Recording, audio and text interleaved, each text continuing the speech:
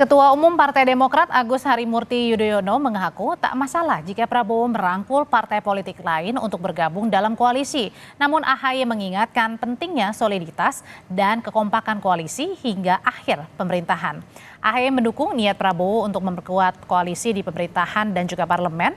Partai Demokrat pun sudah komitmen akan mengawal pemerintahan Prabowo Gibran agar bisa bekerja untuk rakyat. Namun AHY mengingatkan ada faktor yang perlu dipertimbangkan. Menurutnya, ini bukan soal besar-besaran koalisi, tapi bagaimana menjaga koalisi jangan sampai rontok di tengah jalan pemerintahan.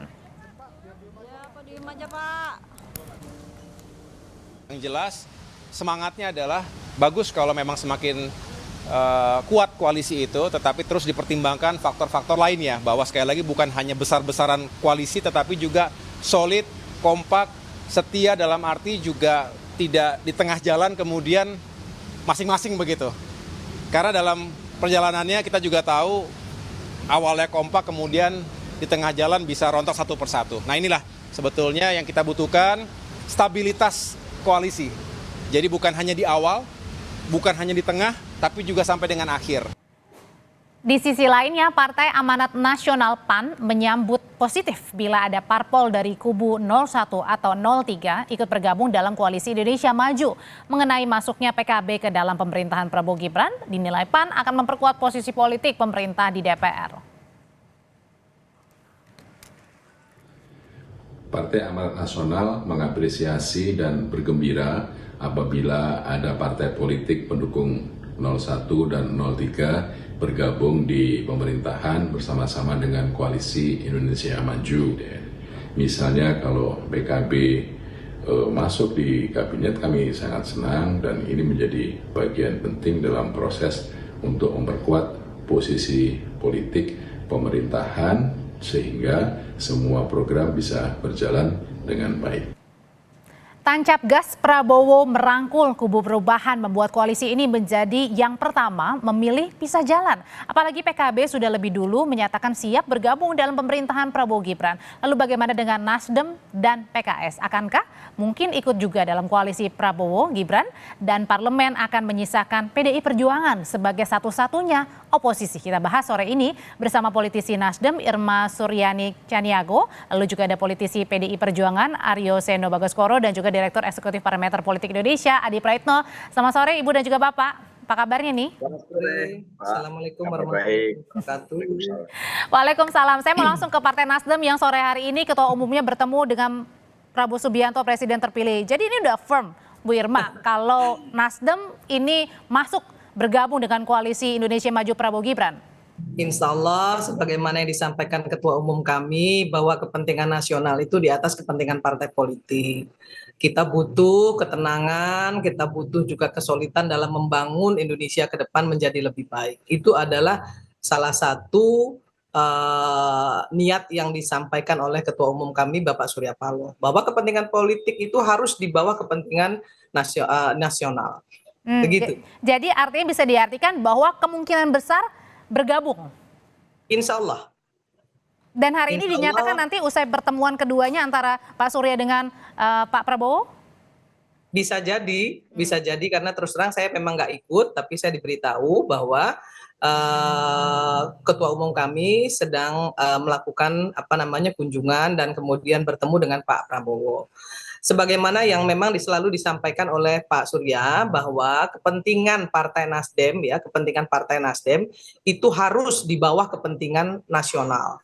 Jadi bagaimana kita bisa membangun keutuhan bangsa, menjaga persatuan dan kesatuan bangsa. Nah, disitulah Nasdem harus berdiri tegak seperti itu. Oke, kalau kemungkinan besar nih Nasdem juga akan merapat. Sebelumnya kemarin juga PKB juga sudah ditemui oleh Prabowo Subianto juga. Kemungkinan nanti juga akan PKS. Kalau gitu jangan-jangan hanya menyisakan PDI Perjuangan yang menjadi oposisi nanti kelak, Mas Eno? Ya, kalau kami kan memang hari ini masih terlalu dini untuk bicara itu. Karena apa? Bahkan hingga hari ini, detik ini pun kami masih dalam proses menjalani sengketa secara hukum di PT UN. Apakah itu nanti akan berpengaruh terhadap penetapan hasil atau tidak, buat kami bukan satu perkara, tapi yang menjadi fakta realitas secara empiris hari ini kami masih berjuang di sana. Oleh karena itu kami tidak berubah dalam posisi terkait kritik terhadap jalannya Pilpres kemarin.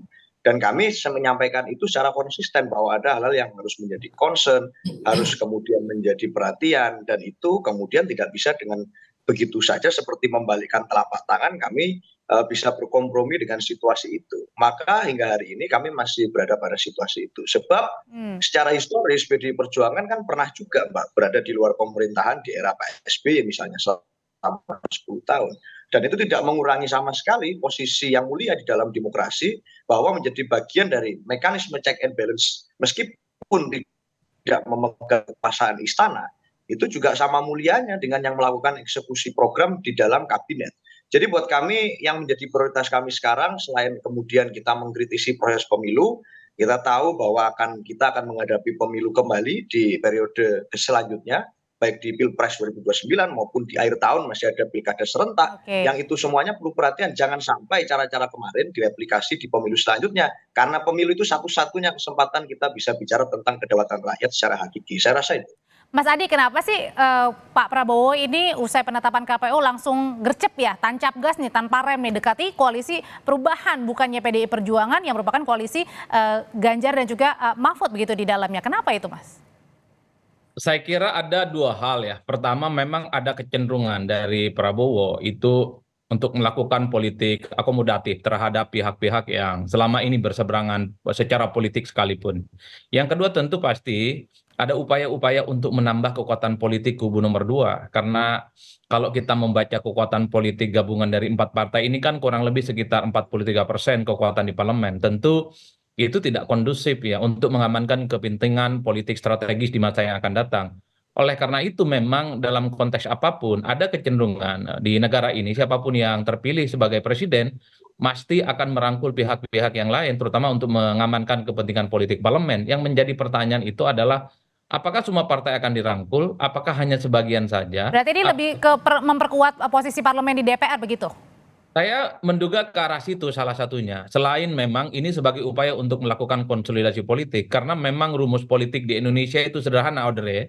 Yaitu supaya tak ada protes, tak ada resistensi, tak ada perlawanan. Sehingga kebijakan-kebijakan politik pemerintah itu bisa berjalan dengan mulus. Karena kalau memang terjadi instabilitas politik, tentu dikhawatirkan kebijakan politik pemerintah, apapun kebijakan politiknya itu, dia khawatir tersendat dan terkendala. Itu terjadi pada Jokowi di periode pertama, itu terjadi pada SBY periode pertama, di mana SBY dan Jokowi itu mendapatkan perlawanan dari kubu oposisi, dari pihak-pihak yang kalah, sehingga kebijakan politiknya itu seringkali deadlock dan seringkali itu bisa dibatalkan. Saya kira dalam konteks itulah kemudian Prabowo Subianto aktif melakukan safari politik, tentu berupaya untuk melakukan kerja-kerja sama politik. Nah, kalau gitu Mas Eno, PDI Perjuangan nggak rugi nih kalau nggak ikut pemerintahannya Prabowo Gibran? Belum lagi tadi disebutkan kan ada pilkada yang akhir, bisa saja menguntungkan kalau ikut koalisi dari Prabowo Gibran. Ya kalau kita mendengar pemaparan dari Pak Ustadz Adi Prayitno, itu kan berarti kita bisa sampai pada satu kesimpulan bahwa hari ini konsolidasi elit untuk kemudian meminimalisir jumlah partai di luar pemerintah, itu kan dilakukan bukan semata-mata demi misalnya kepentingan bangsa, tapi ini terutama kepentingan Pak Prabowo ini, untuk kemudian agar nanti pemerintah ke depan berjalan dengan stabil. Artinya ini sebenarnya realisme politik saja bahwa itu akan ada banyak gangguan secara politik kalau tidak bergabung dan lain sebagainya.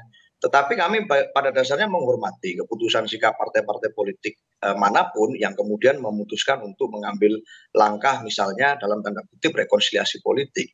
Tapi Mbak, buat PDI Perjuangan sikapnya jelas, kami sadar bahwa hingga hari ini kebatinan rakyat yang memilih PDI Perjuangan mayoritas masih mengharapkan kami untuk berada di jalur kritis.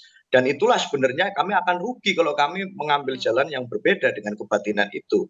Tapi secara ilmiah, secara politis, secara struktural kami tentu akan membahas itu semua di dalam variasi yang mana kami mengalami disiplin partai di Rakernas nanti di akhir bulan Mei, yang mana itu nanti akan menentukan sikap politik partai ke depan dengan dinamis. Tapi pada dasarnya hingga hari ini kami masih berpegang pada pembacaan ilmiah, salah satunya misalnya bahwa ada keinginan dari 60% lebih rakyat yang ingin ada sebuah mekanisme evaluasi atas Pilpres kemarin melalui angket misalnya, yang itu kemudian dipublikasi oleh Balitbang Kompas. Jadi itulah yang kami rugi kalau kami nggak menjawab kebutuhan itu malah kerugian kami. Saya rasa itu. Oke, Bung Irma kalau gitu kenapa sih tadinya rival jelas-jelas mau mengusung perubahan, terus kemudian kemarin melalui PKB juga dititipkan justru ya agenda perubahan ke Pak Prabowo.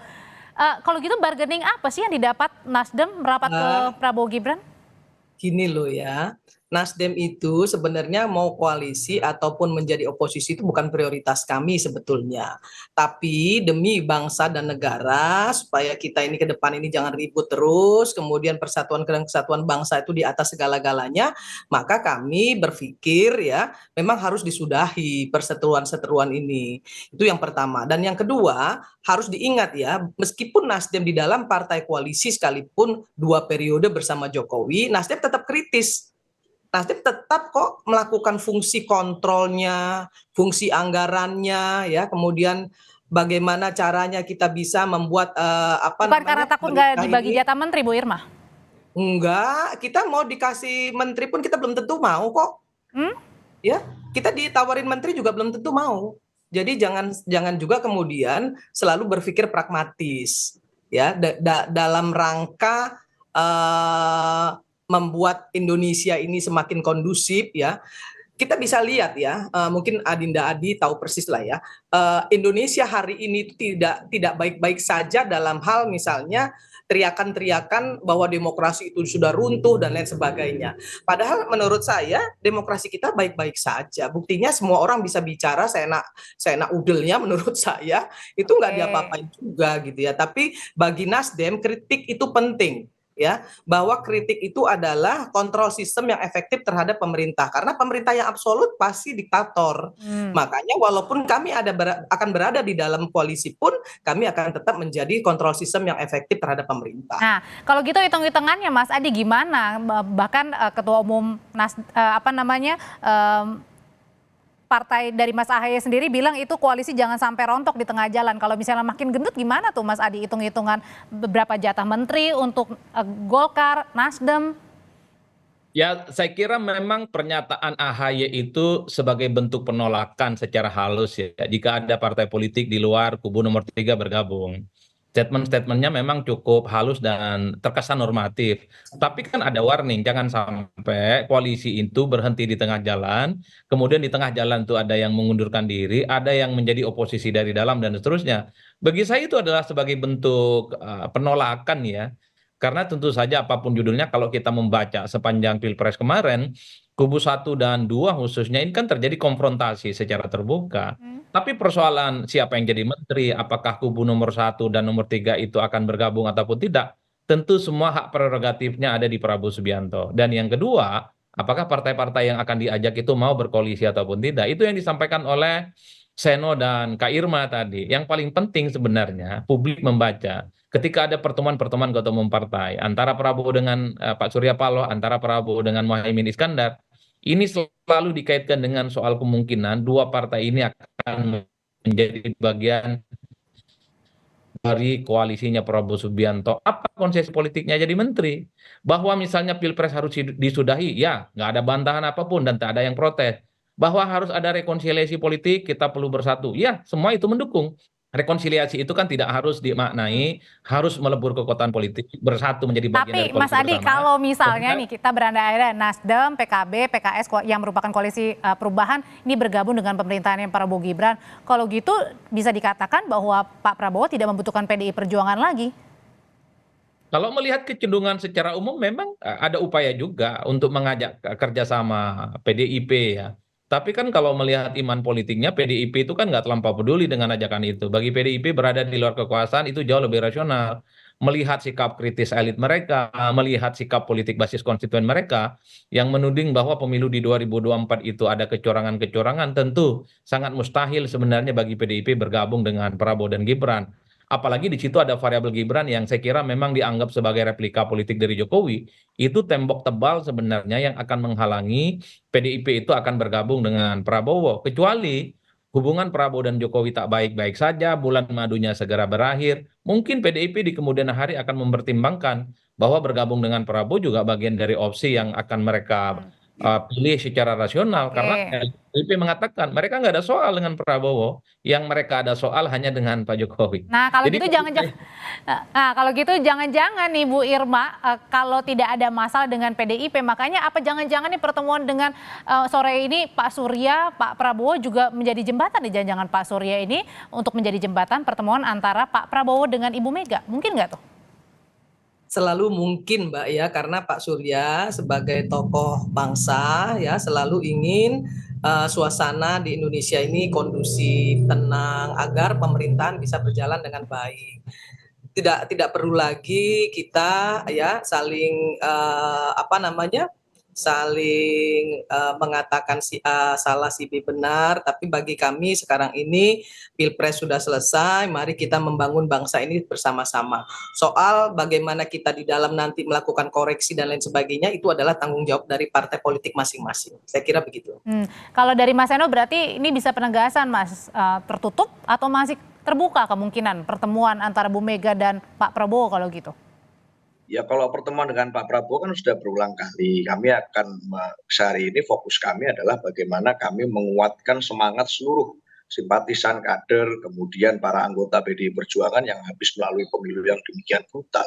Apalagi di situasi kebangsaan hari ini kita melihat ekonomi kurs kita semakin geopolitik global juga berbagai terjadi perang. Kami berharap mungkin nanti Sanas itu bisa dibahas. Tetapi saya sepakat dengan Mas Adi bahwa kalau bicara tentang persatuan, bicara tentang bagaimana membangun kerukunan politik, itu tidak harus dimaknai bergabung dengan pemerintahan tertentu. Di luar pemerintahan sekalipun kami juga masih bagian dari NKRI yang Tapi kalau tadi bersemangat. Bu Irma bilang Mas Eno nggak apa-apa kok kalau di dalam pemerintahan tetap aja bisa kritis. Ya sama aja, di luar juga tetap aja, bukan berarti tidak cinta tanah air. Jadi sama aja, buat kami tidak ada perbedaan masalah posisi mulia atau tidaknya. Yang penting adalah seberapa kemudian hal itu bisa menjawab apa yang menjadi kegelisahan dari kebutuhan batin maupun lahir dari masyarakat Indonesia pada umumnya. Karena itu yang diamanatkan oleh partai, diamanatkan oleh ADRT. Fokus kami adalah untuk bisa mengabdikan kepada kedaulatan rakyat. Bukan semata-mata kepada arah angin siapa yang berkuasa dan kemudian kita dapat apa. Saya rasa ya di dalam politik ada bicara elektoral, tetapi kalau bicara tentang kali ini ada unsur idealisme yang cukup kuat di dalam batin pemilih PDI Perjuangan termasuk para pengurusnya. Oke. Kalau gitu Mas Adi, jangan-jangan nih pendekatan untuk ke koalisi perubahan termasuk juga dengan pertemuan sore ini Pak Surya dengan Pak Prabowo ini juga menjadi salah satu hal yang dibicarakan tadi malam di Istana Merdeka pada saat Pak Prabowo, Mas Gibran bertemu Pak Jokowi. Ya saya kira memang kalau kita melihat perdebatan publik sampai hari ini, setiap pertemuan elit, termasuk misalnya pertemuan Prabowo, Gibran, dan Pak Jokowi, ini kan soal kemungkinan bagaimana merangkul pihak-pihak yang lain untuk diajak kerjasama ya. Dalam konteks inilah pembicaraan tentang koalisi, tentang sharing power, dapat jatah menteri bagi pihak yang kalah, cukup mengemuka dan ini akan menjadi tema sentral di 6 bulan yang akan datang sampai tanggal 20 Oktober ya, transisi di mana peralihan kekuasaan dari Jokowi ke Prabowo Subianto. Kalau bertemu itu hanya sebatas anjang sana, silaturahmi biasa, halal bihalal di bulan pasca Lebaran misalnya, saya kira itu tidak akan menjadi perdebatan publik. Atau misalnya pemilu itu sudah dianggap selesai, elit-elit ini sudah menerima dan mengucapkan selamat kepada Prabowo, tak akan ada jadi pembicaraan. Karena taunya publik ini setiap ada pertemuan elit pasti di ujung sana ada keinginan untuk melakukan konsolidasi yang berbasiskan kerjasama politik di eksekutif bagi-bagi Dan jatah Mas Adi, menteri. kalau akhirnya menyisakan hanya PDI Perjuangan yang berada di oposisi, akan kuatkah untuk check and balances? Kalau membaca kuantitas tentu akan lemah karena apapun kan PDIP akan menjadi minoritas. Tapi kalau melihat pengalaman PDIP dulu waktu jadi oposisi, saya kira secara kualitatif PDIP akan memberikan satu bentuk check and balances yang saya kira cukup bagus. Biasanya kan kader-kader PDIP ini kan memiliki pengalaman politik yang panjang. Mereka itu tokoh-tokoh senior, mantan aktivis dari kelompok-kelompok Cipayung yang dan menjadi elit-elit partai yang saya kira memang itu sudah dibuktikan ketika SBY jadi presiden. Baik. Oleh karena itu, sekalipun PDIP satu-satunya partai yang berada di luar kekuasaan, saya kira substansi perdebatannya akan jauh lebih menarik ya. Saya kira itulah yang saya kira kita akan rawat. secara demokrasi. Yang saya khawatirkan ini semua partai bergabung, Audrey, karena ada kecenderungan menganggap Prabowo itu ya adalah teman dan sahabat lama. Kalau itu yang terjadi, maka oposisi akan menjadi kabar yang kurang baik bagi demokrasi kita. Baik, Mas Adi Praetno, terima kasih. Bu Irma, terima kasih. Mas Eno, terima kasih. Sehat selalu semuanya.